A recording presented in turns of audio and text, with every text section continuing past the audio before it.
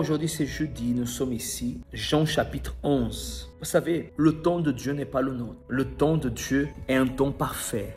Il faut juste savoir confier et croire qu'il est au contrôle de tout. La Bible dit le suivant. Après avoir entendu cela, Jean chapitre 11, verset 4. Jésus dit, cette maladie, vous savez que Lazare était mort, et on a informé Jésus, dit, cette maladie n'est point à la mort, mais elle est pour la gloire de Dieu, afin que le Fils de Dieu soit glorifié par elle. Lorsqu'il lui apprit que Lazare était malade, il resta 2 jours encore dans le lieu où il était. Et vous savez que Lazare est mort entre-temps, n'est-ce pas? Et une chose intéressante, c'est que Jésus savait que Lazare était mort, allait mourir. Les hommes ne savaient pas. Les personnes qui étaient là ne savaient pas.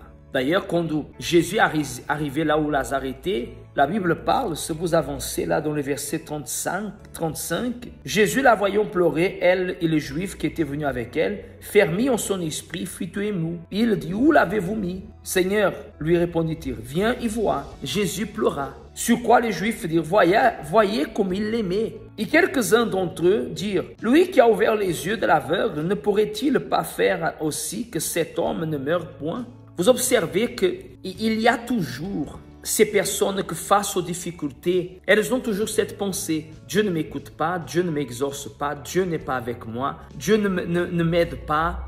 Mais il y a l'autre qui disent non, Dieu est là, je sais que Dieu va faire. De quelle manière vous êtes en train de vivre ce jeûne de Daniel? Avec doute, parce que regardez que Lazare est mort, Jésus savait qu'il allait mourir. Mais Jésus a dit, cette mort-là est pour que Dieu se manifeste. En résumant, vous voulez avoir le Saint-Esprit, vous allez affronter des luttes, vous allez affronter des combats, vous allez affronter des difficultés, vous allez affronter des choses difficiles, compliquées.